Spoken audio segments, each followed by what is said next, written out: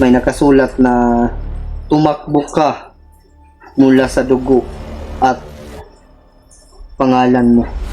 Ayun, kakaiba talaga yun mga tol. Sa susunod, wala nang makakaligtas. Bumalik ka o uhukay ka ng mas maraming libingan.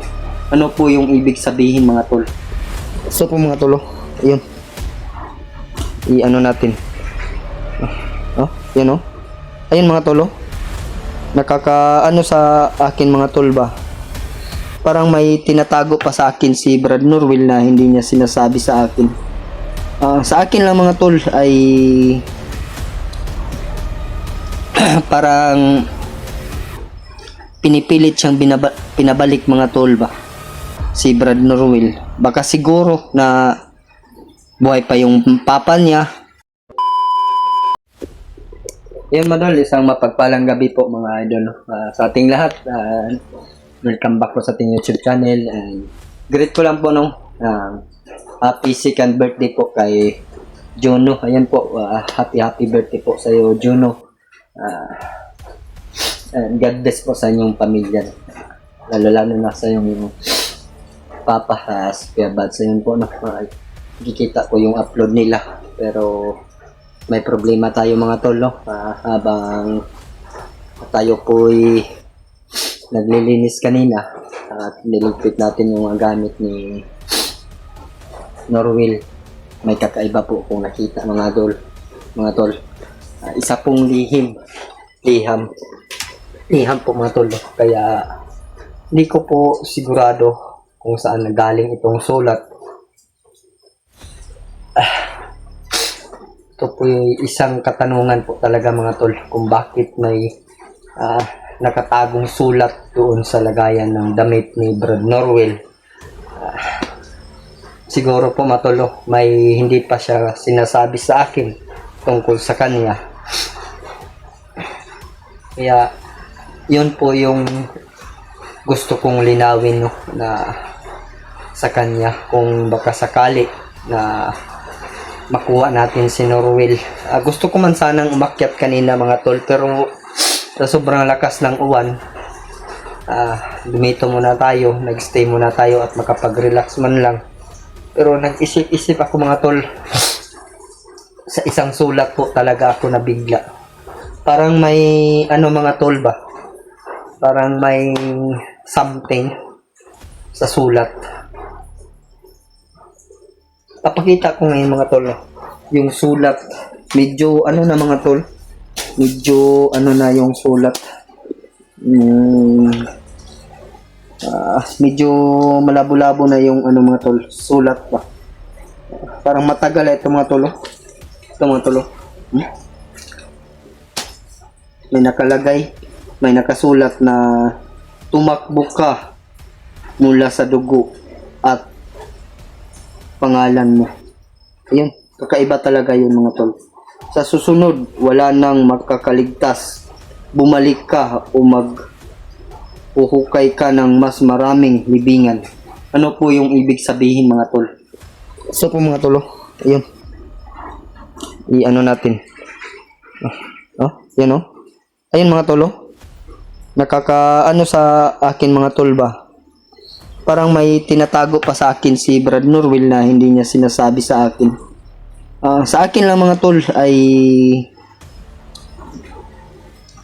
parang pinipilit siyang pinabalik mga tol ba, si Brad Norwell. Baka siguro na buhay pa yung papa niya, o siya yung kapalit. Yun po yung nalagay sa isip ko mga tol habang nababasa ko ito. Baka hindi sa kanya ito ibinigay noon mga tol. Medyo matagal na mga tol Nagtaka lang ako, baka galing ito noon kay Adrian, no? Parang sa akin lang mga tol, parang tugma ito, no? Yung sa isip ko na nanggaling kay Adrian ito noon. Baka binigay kay Adrian, baka pinilit ni si Adrian na pabalikin si Norwell sa bundok noon. Hindi pumayag si Norwell, Kaya siguro siya yung siya yung pumunta ng bundok dahil na-hypnotize siya. Kaya nasasabi natin noon mga tol na nag-traitor si Adrian. Siguro pinaliparan siya ng orasyon habang sa mga tol nag-aaral.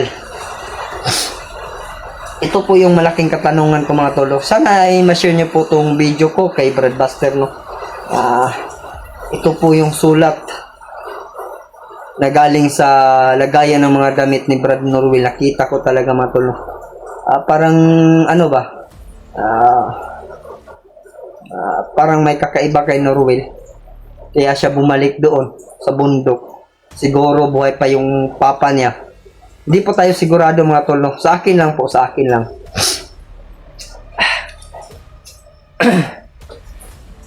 Medyo matagal na tong mga tol, kumot na.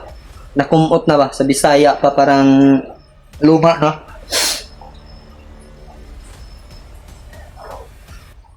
Sana mga tol, no, ay may paliwanag ito ni Norwell sa akin kung bakit siya bumalik sa bundok. Parang pinilit siya mga tol, no? Or gusto niya, or pinilit siya. Pero sa akin mga tol, bakit siya tumulong sa amin? No? Isang katanungan talaga ito mga tol, kung bakit may ganito sa kanyang lagayan ng damit. May sulat. Sigurado ako mga tol, binigay lang ito kay Norwell o kay Adrian.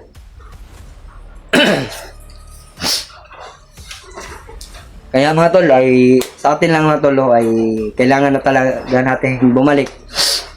Dahil iba yung nakasulat dito mga tol, parang may kutob ako ba na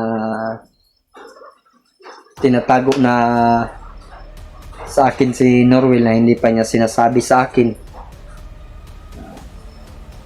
Siguro gusto niya magbagong buhay na walang istorbo. Pero sa ngayon alam siguro ng mga bandido or niya na nandito sa akin si Norwell, kaya pinadalhan siya nitong sulat. O kaninong pinadala ito, kay Adrian ba noon o kay Norwell talaga? Tatanungin ko muna ito si Gerald mga tol kung may alam siya nito, kung sino talagang binigyan ng nito mga tol, no? Sulat. Dahil silang tatlo po yung palaging magkasama dito sa bahay. At si Adrian ay palaging nasa school. Saturday at saka Monday, Sunday lang siya nandito. Lunes hanggang Biyernes, umaga at saka gabi lang dito si Adrian noon. Kaya mga tol, kailangan talaga natin bumalik sa bundok. Iwan ko ba kung bakit ngayon ko lang nakita ito. Siguro hindi tayo nakikialam talaga ng gamit ng iba. Ngayon lang tayo nakapag na nakita natin ito dahil wala si Norwell dito. Niligpit ko lang yung mga gamit niya dahil sobrang talaga sa kanyang kwarto mga tol. Sobrang sa Bisaya gubot. Anong Tagalog noon? Sa Bisaya gubot. Parang nilinis ko na lang ba at pinaplastar ko yung niya, mga gamit niya. Ito yung nakita ko, nagtaka ako kanina. Ngayon lang tayo nakapag-video dahil ko sa kanina mga tol, napag-isip-isip ko dito sa sulat. Bakit merong sulat sa lagayan ng damit ni Norwell? Kaya ayun mga tol, sana ay ma-share nyo tong video ko sa lahat ng mga hunters. Baka meron silang mga alam tungkol kay Brad Norwell, na may tinatago siya, hindi pa nila nasabi sa akin. Ayun mga tol, no? Ako pinagpapasalamat sa inyong lahat talaga, no? Sa lahat po ng mga nag-greet sa akin ng advance Merry Christmas. Yun po, no? Likewise po sa inyong lahat. Sana po ay hindi maabutan ng Pasko makuha ko na si Brad Norwell. Dahil gustong gusto ko talaga siya mga tol na makasama ngayong Pasko dito or bagong taon. Dahil nakikita ko sa kanya na tunay siyang nagbabagong buhay.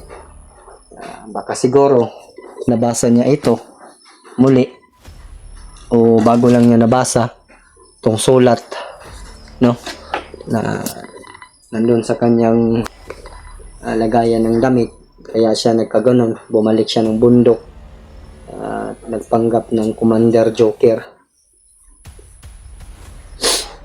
Sana po matol ay magtagumpay po yung mga mission namin sa aming pagbalik. Sana po ay sasama si Brad Buster sa akin at sa si Brad Tickboy. Kung hindi, okay lang naman po sa akin. Gagawin ko po yung lahat na magtagumpay ako. Kaya mini-message ko na si Brad Buster nito mga tolo tungkol sa liham na aking nabasa doon sa nakita at binasa ko. Pinaliwanag ko ito kay Brad Buster. Wala daw siyang alam nito dahil hindi naman daw niya kano-ano si Norwell at kami po daw yung nakapulot sa kanya. Kaya nagtaka din siya ito mga tolo sa sulat na aking pinakita kay Brad Buster. Tawagan check ko sa kanina mga tol. Gustuhin ko man pumantala Brad Buster mga tol, no? Pero napag-isip-isip ako na dumito muna dahil yung ulan ay sobrang lakas. At nakikita ko din yung update nila, no, sa asawa ni Tickboy at si Tickboy at saka yung anak niya. Mabuti at nakahanap sila ng tirahan. Doon sila tumira sa mga tolo, the boarding house noon ni Jinky. Sila siguro yung doon, mag-arkila. Kaya papasalamat ako ka Brad Buster na tinutulungan din niya si Brad Tickboy at saka yung pamilya na. Ayun mga tol, ipagdarasan nyo na lang po yung pagbalik ko sa bundok sa amin. Sana magtagumpay kami sa aming paghahanap ka Norwell. Makubinisip po namin na bumalik dito sa akin para magbagong buhay. Tuluyang magbagong buhay talaga mga tol. Ayoko na po siya na mawala sa akin, no? Tulad sa kanyang pinsan na wala kami nagawa ni Brad Julius noon dahil pinaliwanag namin sa inyo kung ano po talaga yung nangyari kay Adrian, kung bakit siya nawala ng buhay, no? Libing na lang namin kung saan siguro namimiss din ni Norwell yung pinsan niya na si Adrian. Kahit naman po ako mga tol, namimiss ko din yung alaga ko noon na napakabait din. Nakikita ko sa kanyang porsigidong pag-aaral talaga. At kay Gerald, no, na sa akin na din noon at nagbagong buhay, nagtrabaho. Gusto ko paranas ko din kay Norwell na makatapos siya ng pag-aaral. Kaya babalikan ko talaga siya sa bundok at hanapin at gusto kong iuwi dito sa tirahan namin mga tol. Yun po yung pakay namin mga tol. Ay pakay ko talaga mga tol. Yun po mga tol. Miga love shoutout po sa inyong lahat. Lalo na sa ating kapatid nating mga Muslim at sa ating mga kababayan dyan sa ibang bansa. Lalo na sa ating mga OFW dyan, no? At sa ating mga solid nating taga-subaybay dyan na nanonood sa ibang bansa, no? Tayo po yung nagpapasalamat talaga sa inyong lahat. Advance Merry Christmas po, no? Muli, kanina pa tayo nagsalita ng Advance Merry Christmas. Ayun po mga tol, sa susunod na buwan ay malapit na po yung kaarawan natin talaga mga tol. Sana man lang nandito tayo sa Patag, kahit wala tayong panghanda ngayong birthday ko, okay lang sa akin. Ang mabuti ay yung ko mga tol ba, yung katawan ko maayong panglawas, no? Good health, yun pala. Mabuti, mas okay na lang sa akin nun ganyan, kahit wala tayong dyan, mga handa-handaan, okay lang sa akin kahit na nandito lang tayo sa Patag at wala kami sa bundok. gusto ko talaga dito sa bahay mag-birthday mga tol, no? Magbagong taon at magpasko. Yun po talaga yung wish ko ngayong taon na huling buwan ng 2025. Yun po yung wish ko. At saka marinig nyo yung ano ko mga tol, New Year's resolution ko pagkalipas ng 2 araw na bagong taon, dahil magbe-birthday ako ngayong January 3. Maririnig at marinig nyo yung New Year's resolution ko sa aking birthday na, no? Kaya papasalamat ako sa inyong mga suporta na walang sawang pagsuporta sa akin. Isang taon na tayo sa larangan ng YouTube. Ako po nagpapasalamat sa inyong lahat, no, na nagtiwala kayo sa akin na hindi na ako babalik ng pagkabandido or commander. Kaya ayun po mga tol, tinutupad ko yung pangako ko sa inyong lahat. Gusto ko din na ganun din si Norwil, no? Kahit anong mangyari mga tol, pipilitin ko talaga na magbagong buhay siya at makapagtapos ng pag-aaral. Yun po yung hangarin ko sa kanya mga tol. Miga love, shoutout po sa inyong lahat, lalo na kay Tita Hilma. Ayun po, no, shoutout po sa iyo Tita Hilma. At kay Ate Bet, ayun po, shoutout po sa iyo Ate Bet. At kay Ate Shine, at kay Takashi Mercy, at kay Ate MG, Mami Imi, and Mami Babes Maria Teresa Bayogos. Miga love, shoutout po sa inyong lahat, and advance Merry Christmas and Happy New Year sa ating lahat, no, sa inyong lahat. Kung anumang oras nyo mapanood ito, yung video ko, okay lang sa akin, no? Malaking tulong po yun sa akin.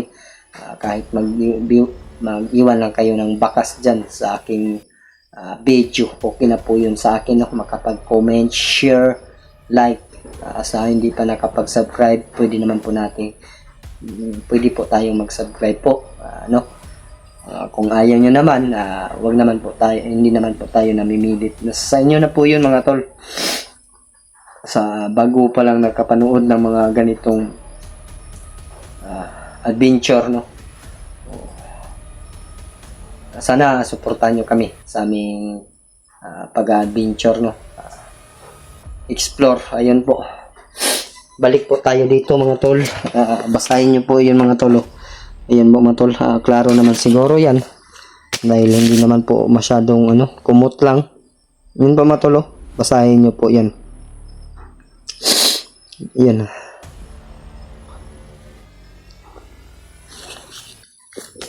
Kaya dito ako nagtaka mga tol, na bakit kailangan talaga ating bumalik agad dahil ito mga tol, no? Kaya pagdarasal nyo lang po mga tol sa ating pagbalik explore, baka bukas o susunod na araw, dahil medyo malayo pa naman yung Pasko, kaya babalikan natin si Brad Norwil or Joker. Pagdarasal nyo kami sa araw-araw namin pag-explore, no? Maraming salamat po sa inyong lahat, and God bless po sa ating lahat, no? Hanggang dito lang po mga tol yung video natin. Advance Merry Christmas. Ulitin ko po, no, happy birthday Jono, and sana ay bigyan ka pa ng maraming taon, no, na sa mundo. Ayun po, no. Happy birthday.